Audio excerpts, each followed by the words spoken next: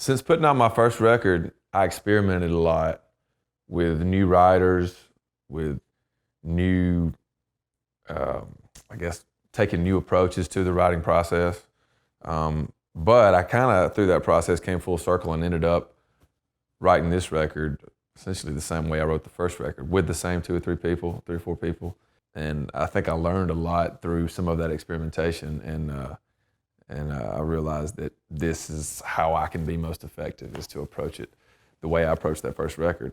I had to relearn some of that process because it had been so long since I had sat down to try to make a record, because I didn't write for a couple years after putting out that first record. But once I got back in that groove, most of the record kind of fell out at that point. And then I kind of pulled a few of the songs that already existed, and that became the record.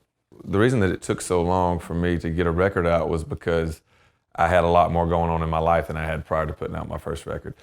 All the time I spent making Montevallo and then touring on Montevallo was well worth it, and I had a blast, and I was thankful for all those opportunities. But that was all my life was for three or 4 years.